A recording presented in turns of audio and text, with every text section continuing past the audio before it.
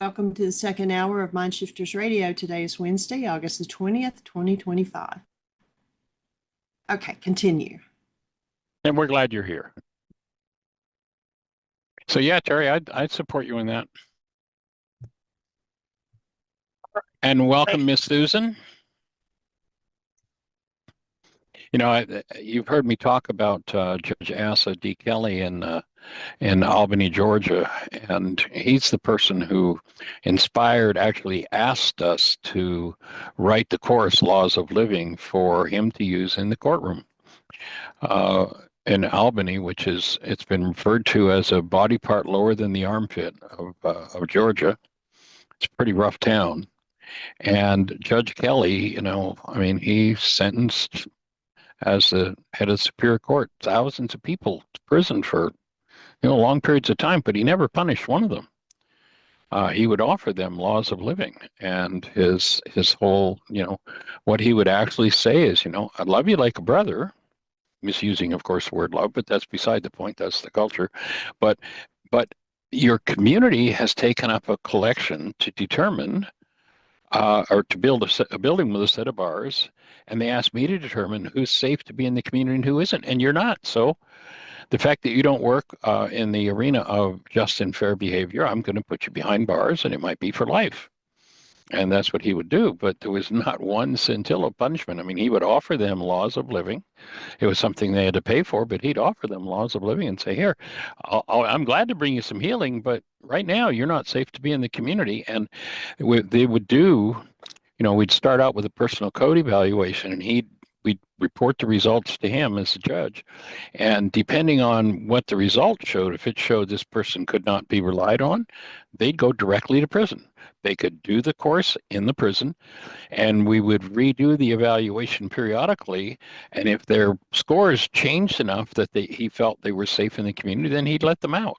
If on first time they did the evaluation, if they agreed to do laws of living and they had to pay for it, that was part of his shtick, was they had to pay for it, then he would let them do it on an outpatient basis, and he'd sign a contract with them. He'd sign a deal, and here it is.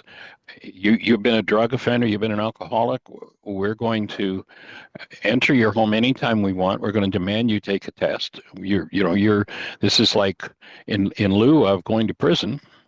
And if you clean up your act, if you finish this course and your scores come out where we want them to be, I will expunge your record. I'll get rid of all of it. That's what he brought up as just and fair behavior. And the people who didn't do it stayed in prison. So that's he was a wonderful mentor in that regard, to recognize that there are systems in the world to bring about just and fair behavior, and that's one of them. So I'd support you in that, Terry. And of course, the beautiful part, if it brings up guilt for you to stand up for yourself in that regard, then great. Next worksheet. How cool is that? You'd almost think life was designed to kick us right square in the limitation and show us what our work is. So cool. Absolutely. It's all about perspective and being able to see. Yes. Yep. That song about that was written by the sea captain. See how the melody line go. Anyway, the line in it, usually it as he wrote it, was, wherefore as once I was blind, now I see. Whenever I hear that song, and I love it, I love the melody line of it and the theme of it, but I always change the words to, wherefore as once I could see, now I have vision. Because our eyes show us nothing but lies. If we're coming from the constructs of the mind, our eyes show us nothing but lies. And, as you've heard me say many times, to heal, we got to be out of our minds.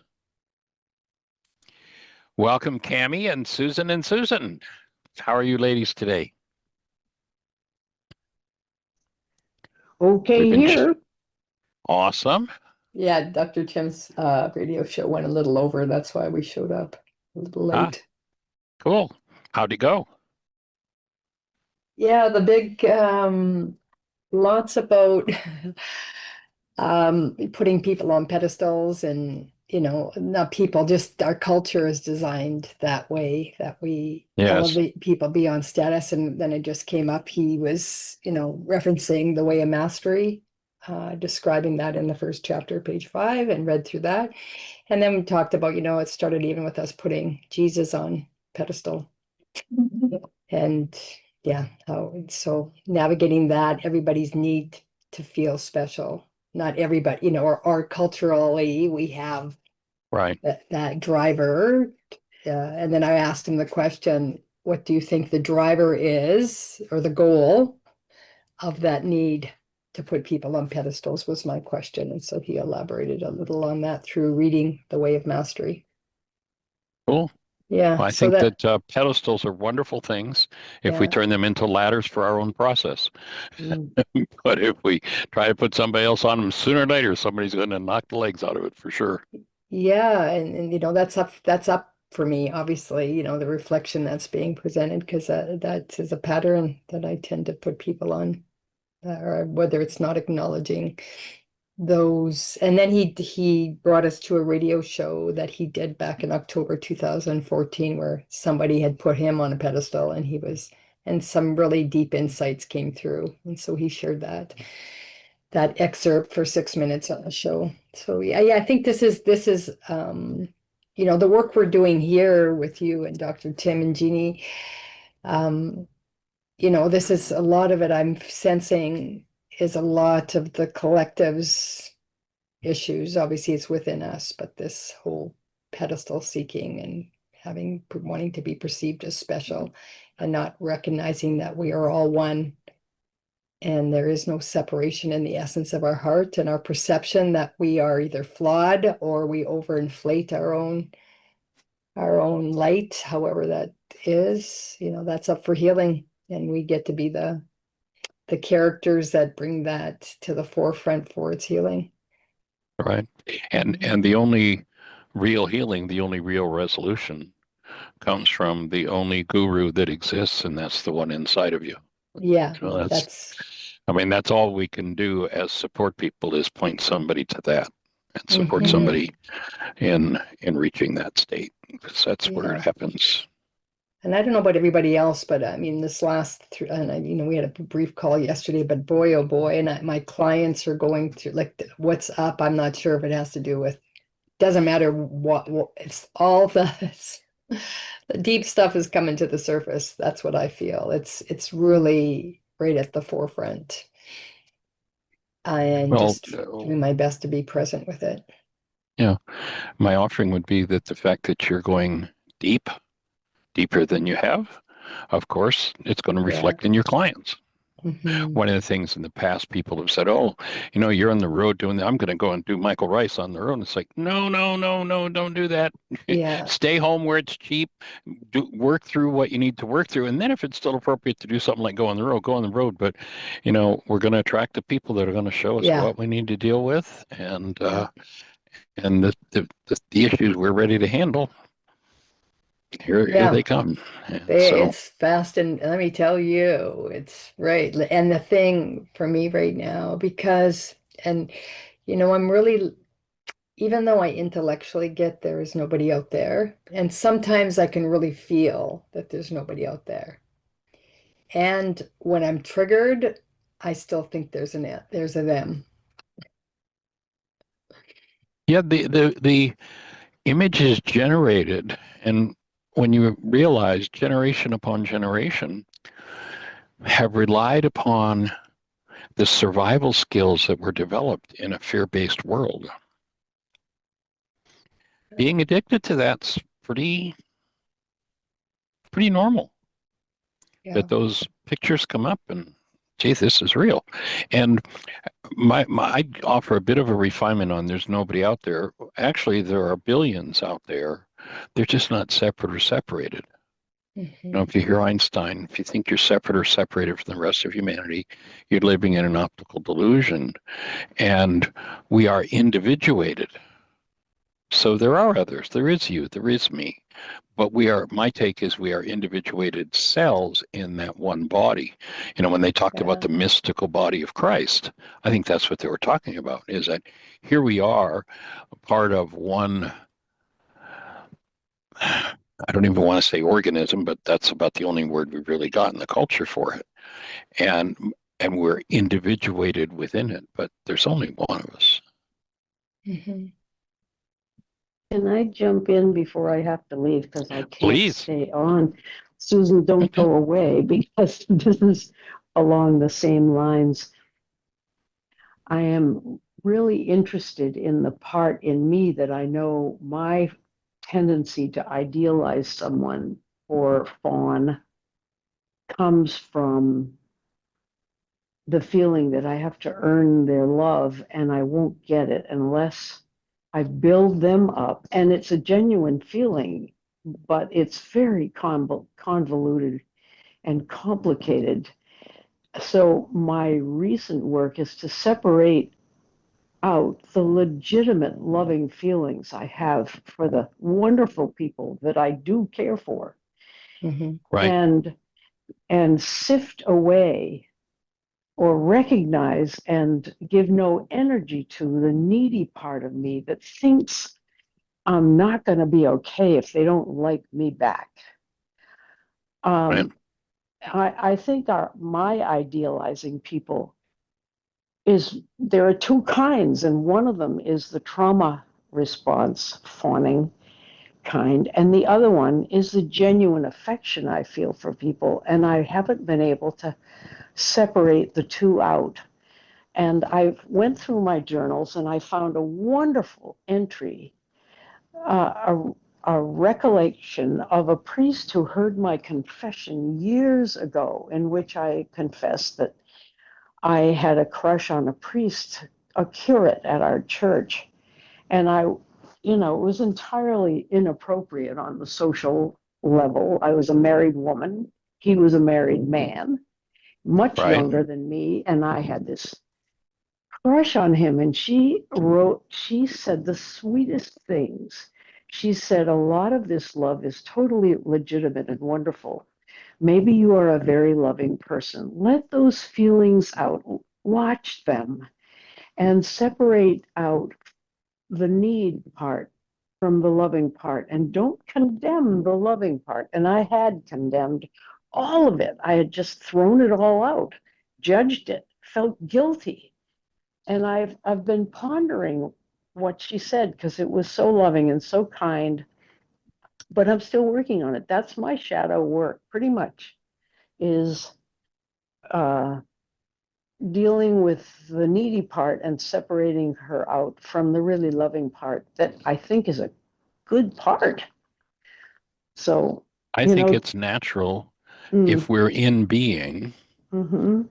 Love is physiologically flowing through every cell in our structure. Yeah, you can And it feel it. is natural to experience that. And when we connect with that part in another being, whether it's, I mentioned yesterday that I started doing this exercise as I went into Costco, and I've been continuing it.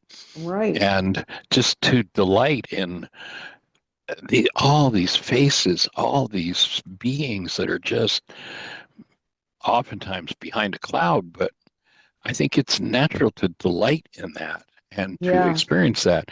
And if my mind then turns it into something darker, well, that's just my next piece of work. That's all.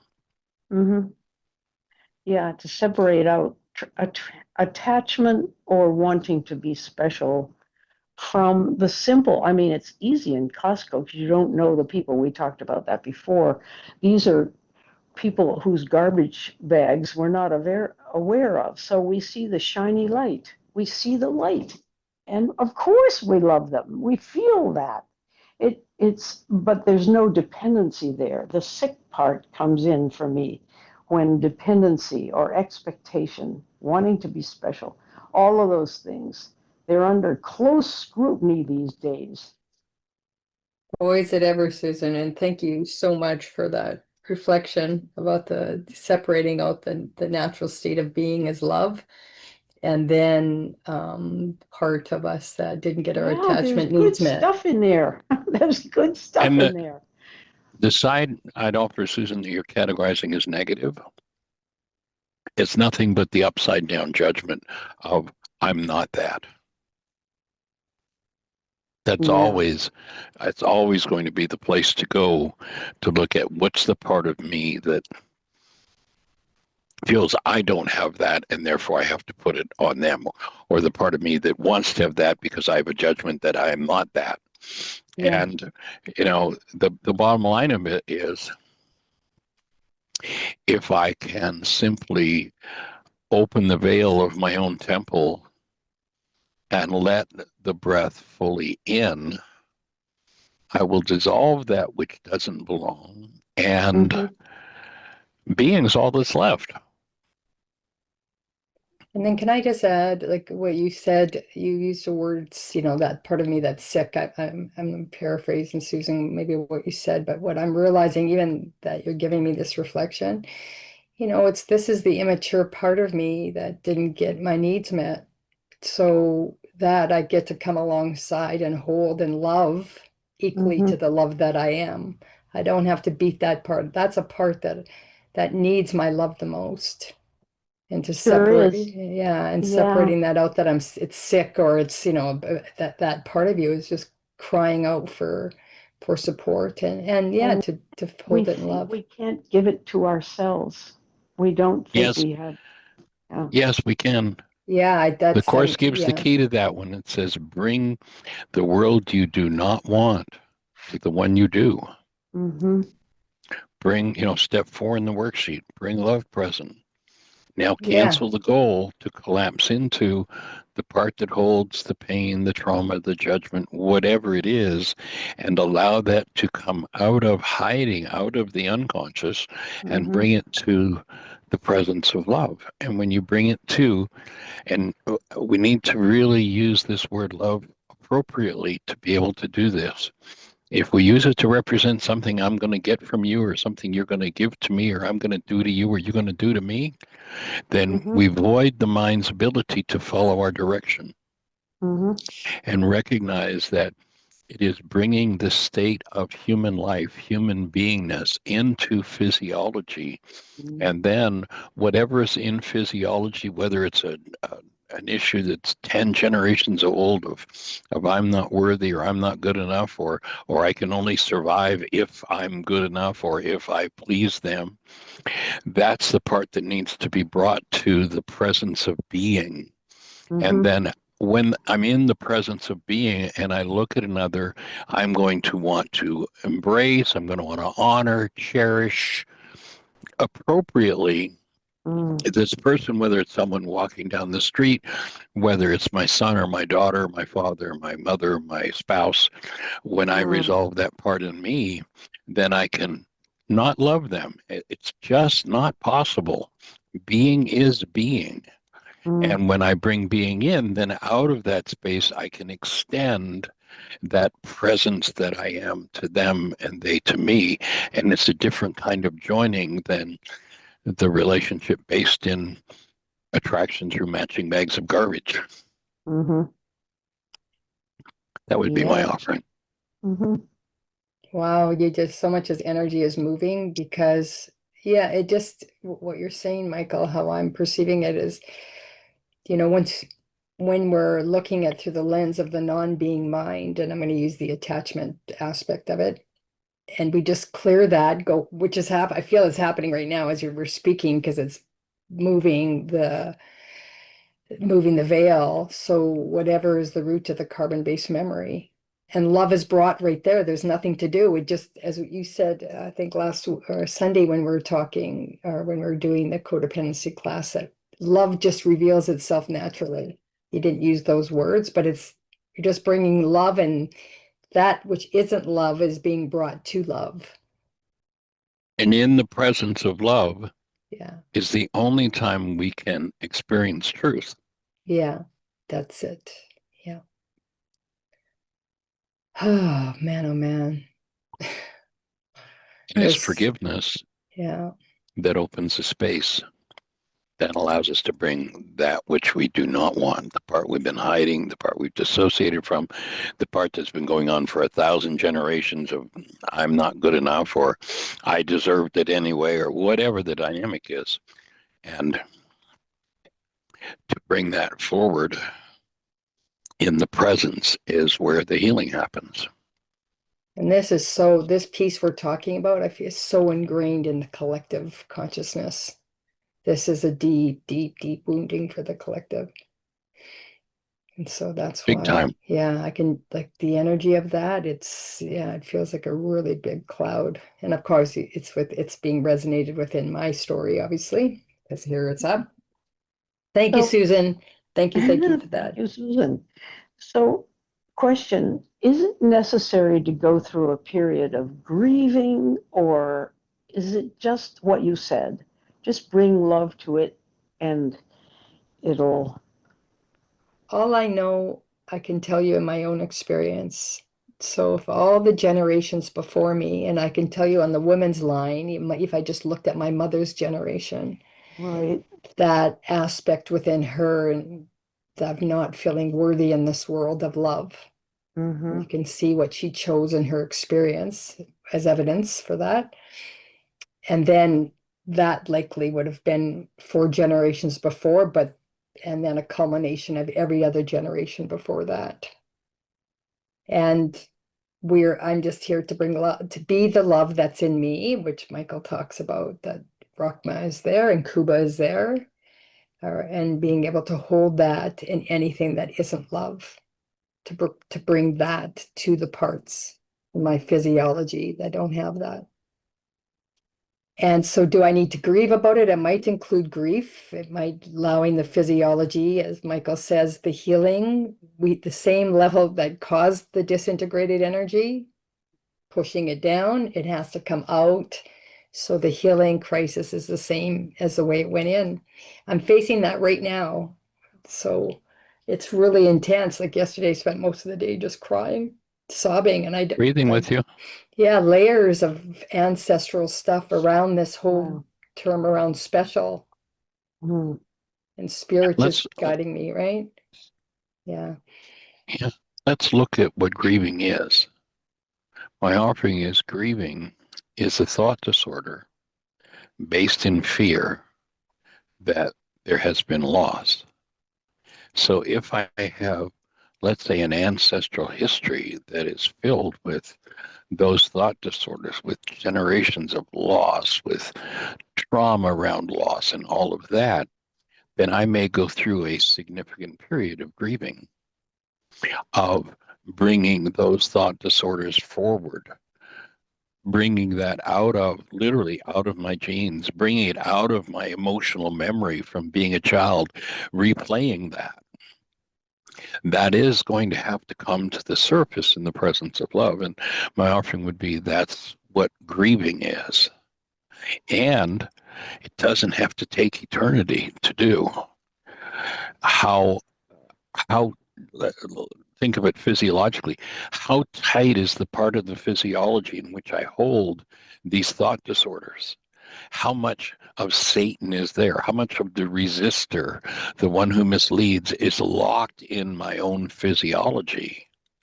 And at what level am I willing to soften and embrace that, bring that forward to the presence of love, and be freed of it? It can be done in an instant.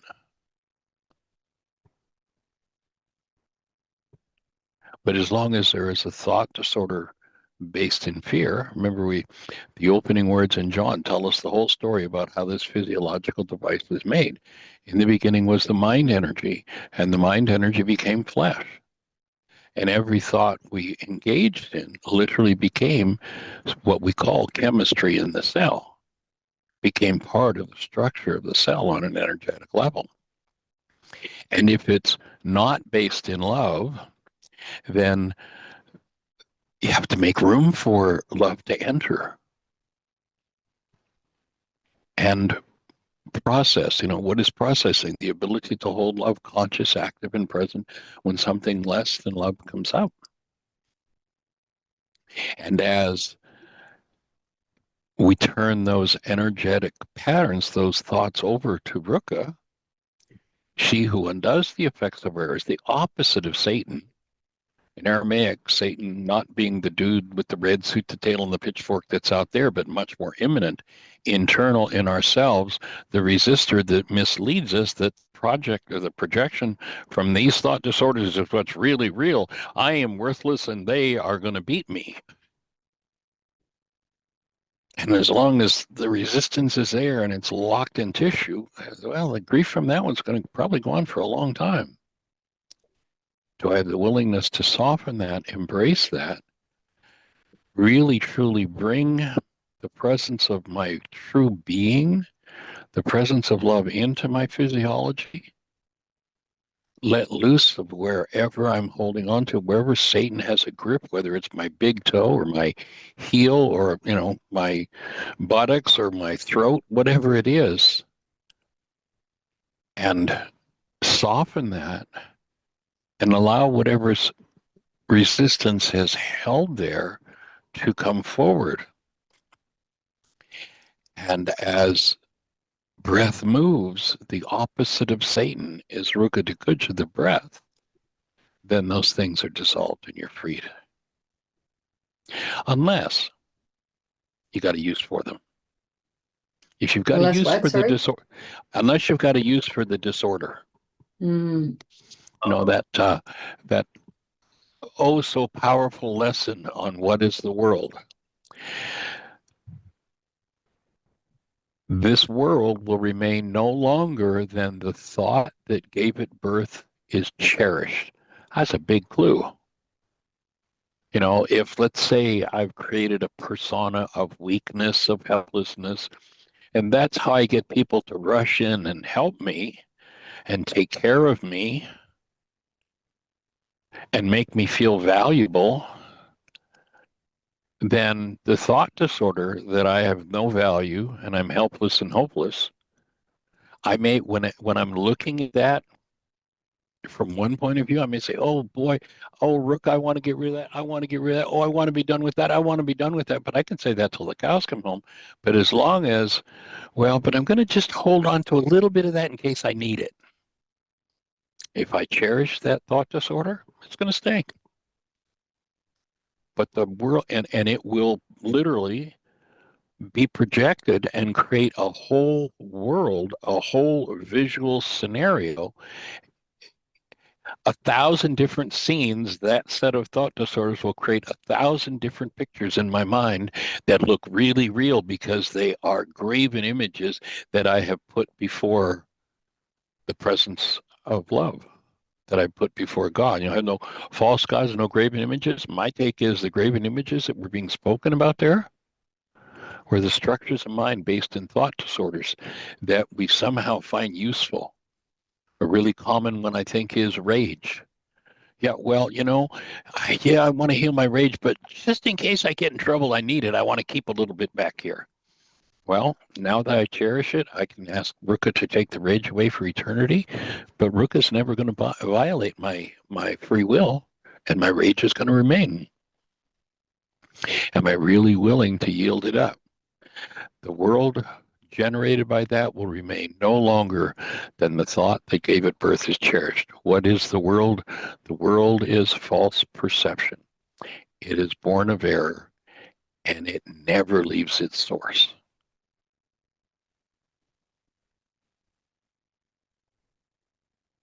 So where do I hold in physiology the tightness that keeps that just in case I need it?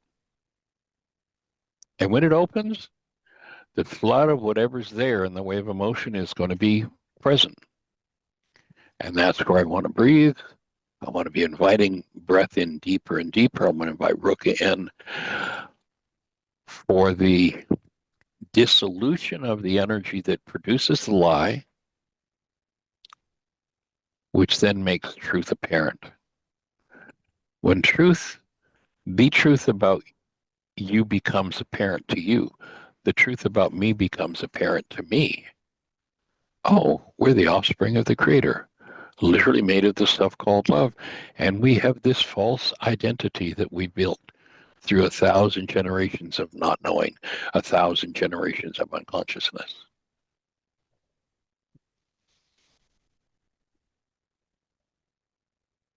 Willingness becomes the key to letting loose of it.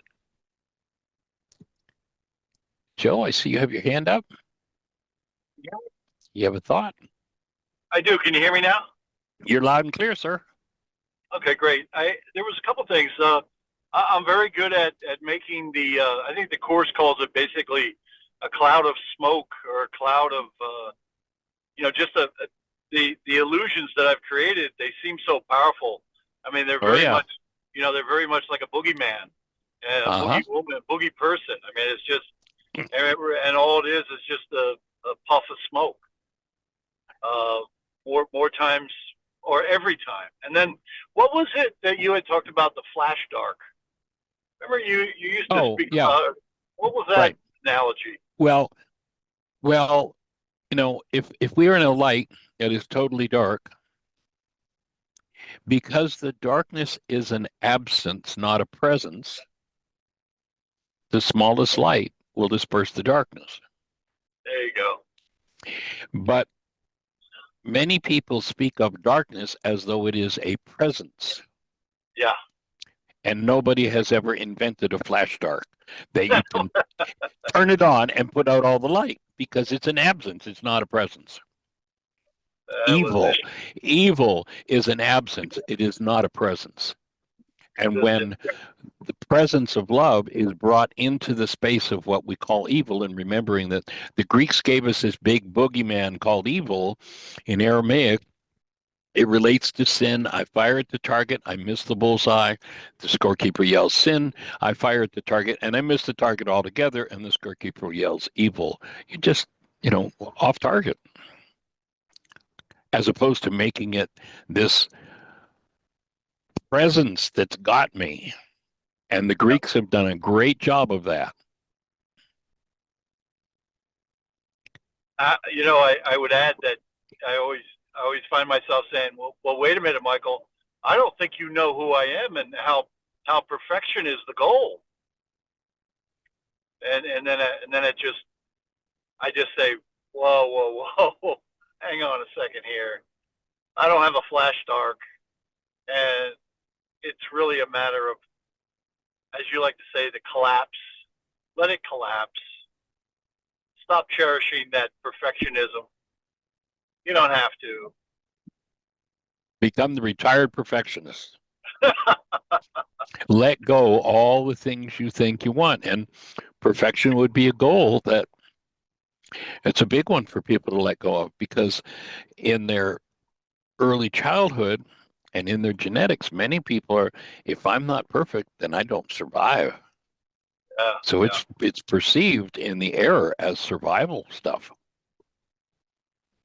Nothing greater than that. Nothing spookier than that.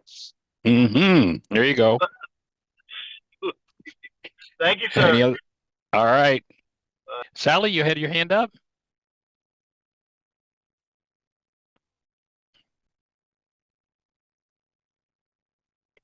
Do you still have a thought for us, Sally?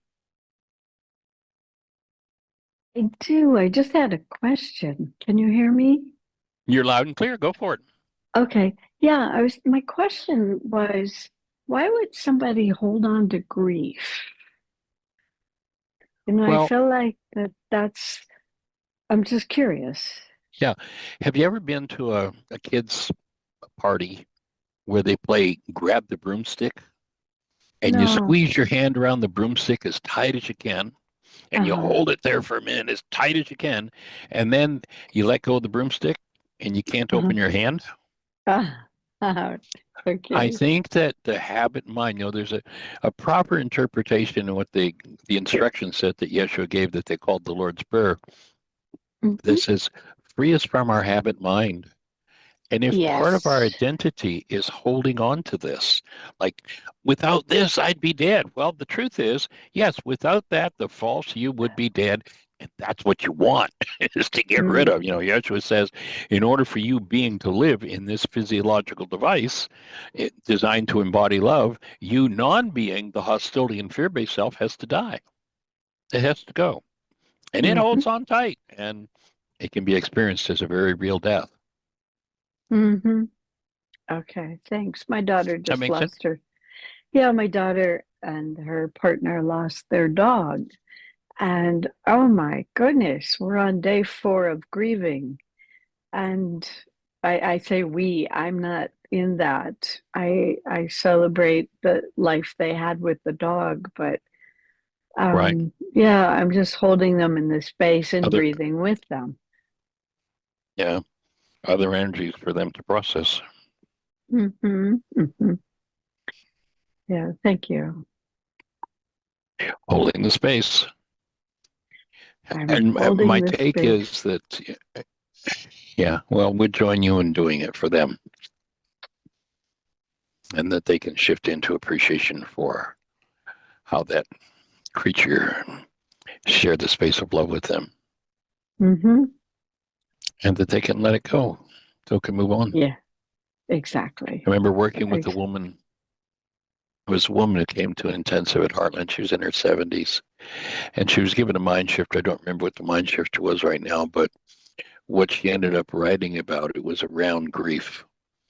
And a couple of years earlier, I don't remember, 2, 4, 6 years earlier, whatever it was, her son, who was a truck driver, she lived in Missouri, and her son was driving a truck somewhere out west, and he was in an accident and killed. And she got in her car and went out to the scene of the accident, and she ended up finding a ripped up shirt that he had been wearing, and she took it home with her and clutched it like, like it was him. And again, this was a number of years later that she came to an intensive, and in writing her mind shifter, and I don't remember what it was, getting ready for still point breathing, her son came through and said, "Mom, please get rid of that shirt. You're holding on to me, and I need to move on. You need to let me go." I mean, she got that specific an instruction from her son, who had passed several years earlier, and the message was, "You've locked me in here, and I need to move on." Hmm. Yeah, So, thank you. Well, and before joining you when and you were holding the space. before when you were asking the question of where do I hold things in my physiology, and I Mm-hmm. just had a surgery this morning for it was a nerve block for a sciatic nerve that has been squished between L3 and L4. And so unfortunately I'm in the spine recovery club. Mm, So when you asked that question, I thought I do hold I'm not sure what emotion, but stuck energy, lower spine and in my butt. When you mentioned the butt, I'm like, oh yeah, I do mm-hmm. that too. So like I feel upper body pretty good and open and free. And then there's there's there's the rest. Right. So I'm gonna be working on that. I I'll don't know send you a what. link. Thank you. I'll send you a link to a video, or maybe if Jeannie happens to, but you can just go ahead and put it in the notes here, by a medical doctor who was a back surgeon. His name was Sarno, and in the later years of his practice, up into his 90s, for the last, I don't know how many years, decades of his practice, he worked at a research institution in Buffalo, I believe it was Buffalo Memorial Hospital, but he never did any back surgery. And he had the best definition of back pain that I've ever seen. And I have watched at least 3 people with excruciating type, debilitating type back pain while watching his video get up and walk pain free. That's great. The movie is called Saved by Sarno, and it's all the rage. And his definition, he has the best definition of back pain I've ever seen. His definition of back pain is that back pain is unconscious rage. It is caused in the majority of cases. He says there are some cases where there's actually a physiological injury that is involved, but he said in the majority of cases, perhaps there has been an injury, but the body handles and heals the injury, but the mind tricks us and hides our rage in that tissue so that we don't have to deal with it, and that it's 100% caused by the mind, but it's 100% physical. Because what happens when we take something like rage and put it into muscles is the muscles tighten. And when the muscles tighten, it restricts blood flow. And a 5%, his take was that a 5% restriction in blood flow means that the cell that's cut off from that 5% blood flow is in excruciating pain. But Makes what needs to be sense. resolved is nothing physical. What needs to be resolved is the rage that's not been dealt with. Thank you. All Thank right. you. Honored. Delighted. Yeah. Gives me my marching orders. Next level. Next level. I hear you. Oh, Sarno. I'd appreciate that link. Sarno. Yeah. I'll get it and send it to you. Thank you. Cool. And I listed Yeah. the link in the note. Thanks, There it is. Jeannie. Would you send that Oh, to me too, I Michael? think it costs $5 or $6 on it's Amazon in to the watch it. yeah, and it's in the chat. Jeannie just put it in. Thank you. Thank Cool. you.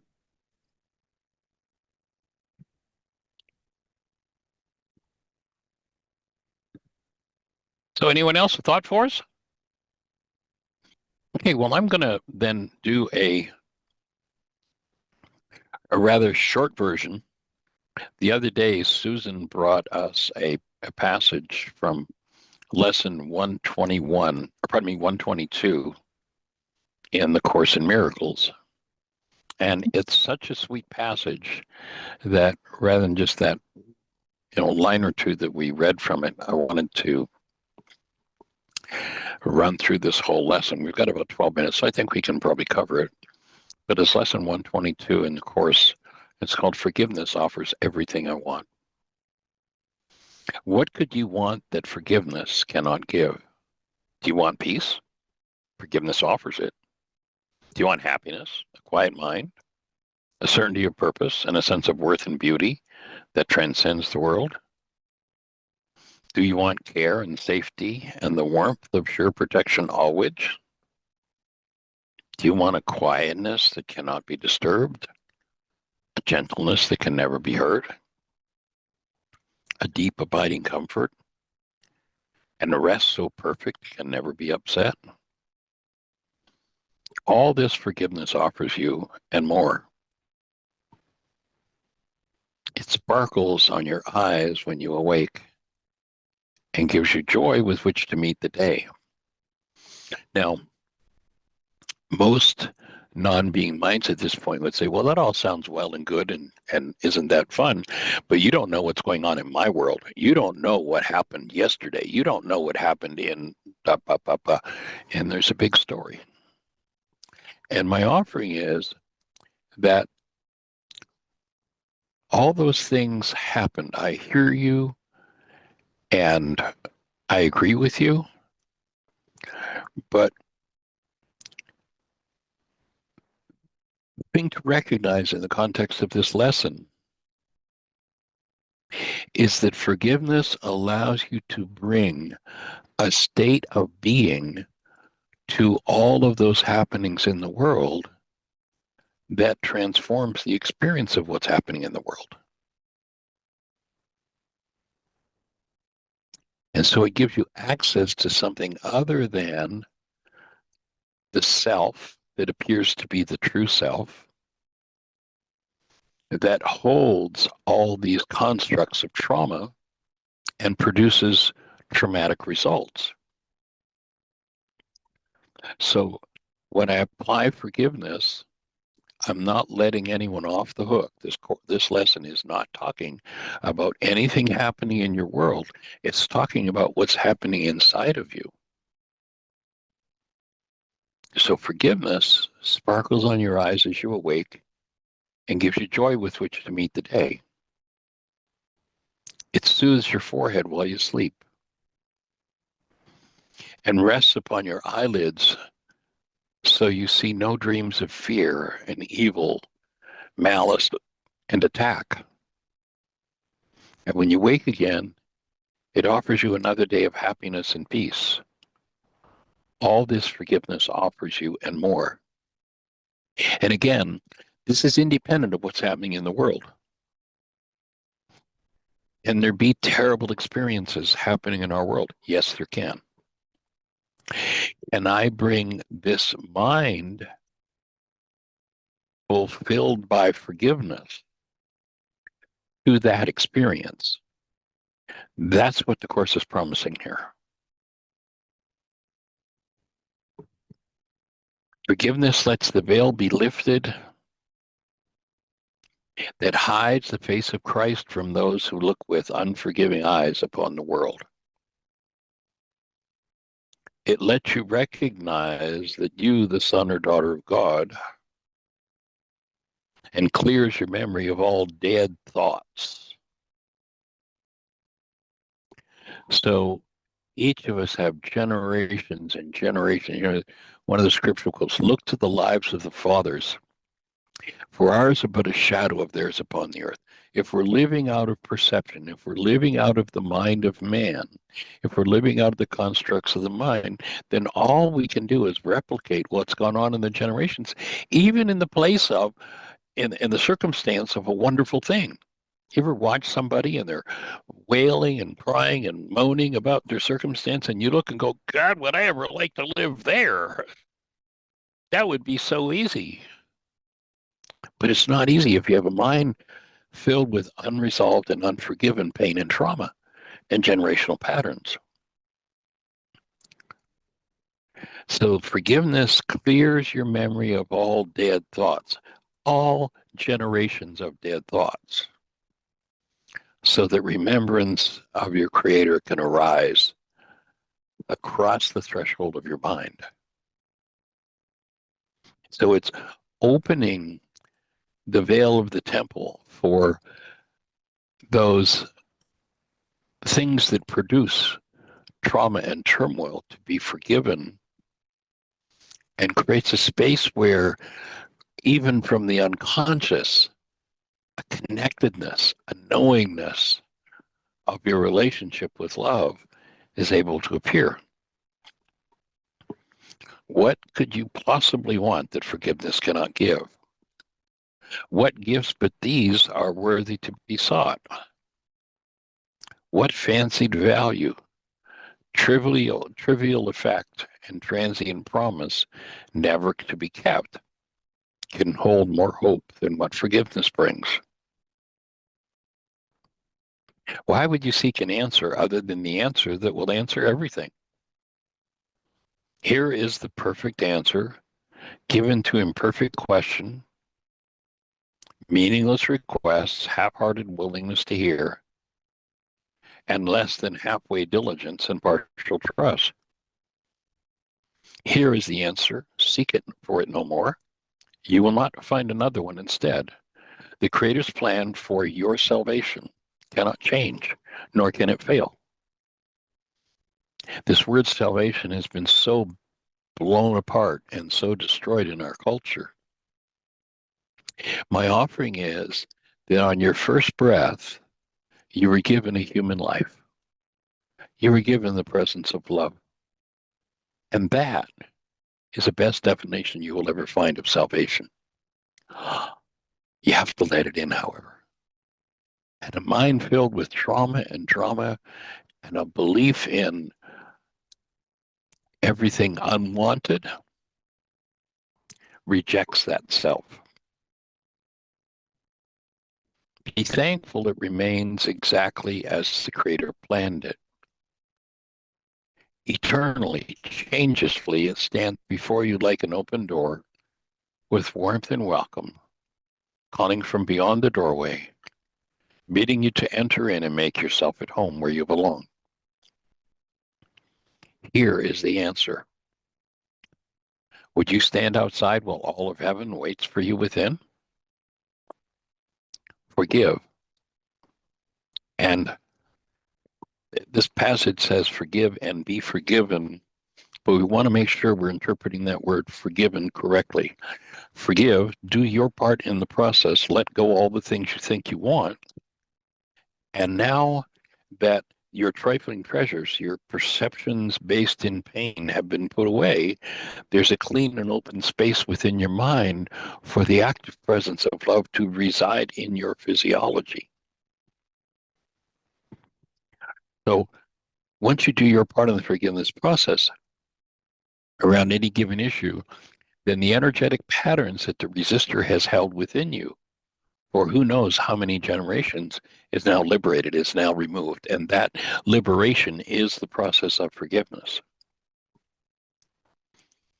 As you give, you'll receive. There is no plan but this for the salvation of the sons or daughters of the Creator. Let us rejoice that this is so. For here we have an answer, clear and plain, beyond deceit in its simplicity. All the complexities the world has spun out of fragile cobwebs disappear before the power and majesty of this extremely simple statement of the truth. Here's the answer. Refuse to turn away in aimless wandering again. Accept that presence of being, that presence of love now. It is literally the gift of the Creator, and it's not of the world.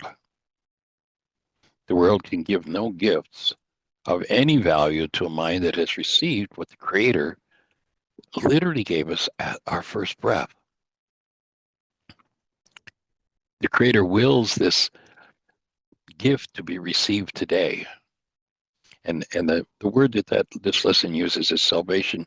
And I hesitate to use it because it's been so misbranded and so misused in the culture. The Creator wills that you receive the state of being, the state of your created essence in your physiology today, now, regardless of what's going on in your world. And the mind will come up with all the conditions and all the intricacies and all the reasons why I can't have it. And they're simply things to be forgiven. So the Creator wills that this be received today, and that the intricacies of your dreams no longer hide their nothingness from you. Open your eyes today and look upon a happy world of safety and peace. Forgiveness is the means by which it comes to take the place of hell. Now people say, but look at what's going on out there in the world. Well, remember now, we're talking about what is the world, false perception. We're talking about bringing correction to what's happening between your ears so that you can bring a different world to the world that you see out there, or that you think you see out there. So forgiveness is the means by which it comes to take the place of hell.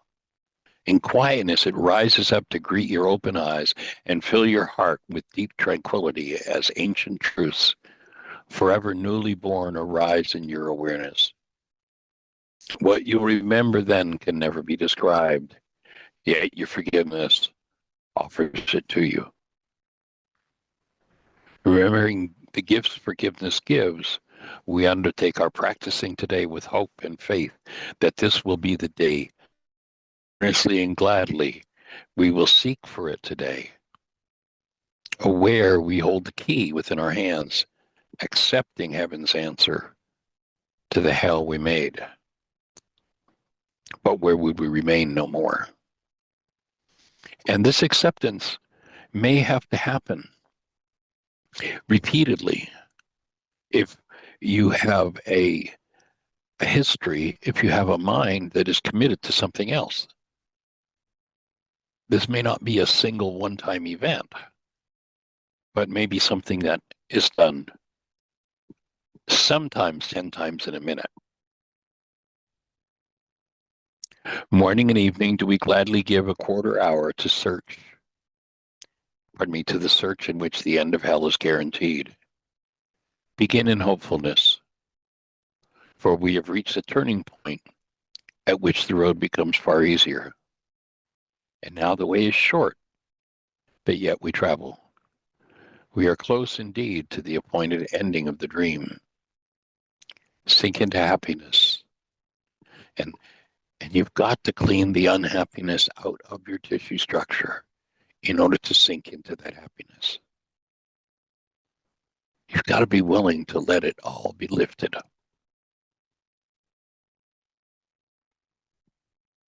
So sink into happiness as you begin these practice periods, for they hold out the sure rewards of questions answered and what your acceptance of the answer brings. Today it will be given you to feel the peace of that forgiveness offers, the joy of lifting out of the veil, lifting of the veil that holds out to you. Before the light you will receive today, the world will fade until it disappears, and you will see another world arise. You have no words to picture. Now we walk directly into the light. I'd add, realize ourselves to be the light and receive the gifts that have been held in store for us since time began. Keep waiting for today. These things have been held for us. When do we receive them? And be careful that you don't make your receiving it conditional upon whether someone else does or not. Each one who does this piece of work opens the door for every other one who's in resistance to receiving it. Forgiveness offers everything you want. Today, all things you want are given you. Let not your gifts recede throughout the day as you return again to meet a world of shifting change and bleak appearances. Retain your gifts. Keep your human beingness alive in your physiology. In clear awareness, as you see the changeless in the heart of change, the light of truth behind appearances. Be tempted not to let your gifts slip by and drift into forgetfulness, but hold them firmly in your mind. Exhale love through your eyes on a continuous basis. Hold that firmly in your mind by your attempts to think of them at least a minute each quarter of an hour that passes by. Remind yourself how precious these gifts with this reminder, which has the power to hold your gifts in your awareness throughout the day.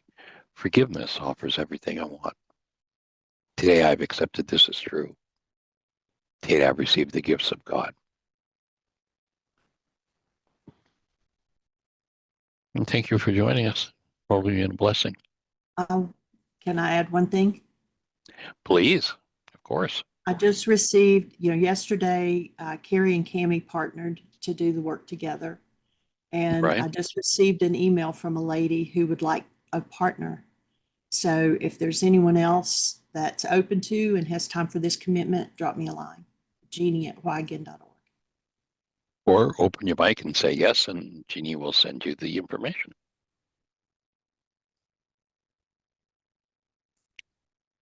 Holding you each in a blessing. Appreciate you. Thanks for joining us. Go ahead, Jeannie. Oh, I thought that Sally was trying to unmute there. Oh, Okay. no, I was saying goodbye and thank you, Oh. Jeannie, and thank you, Michael, and thank you, everyone here. All right. Yes. Blessings, everybody.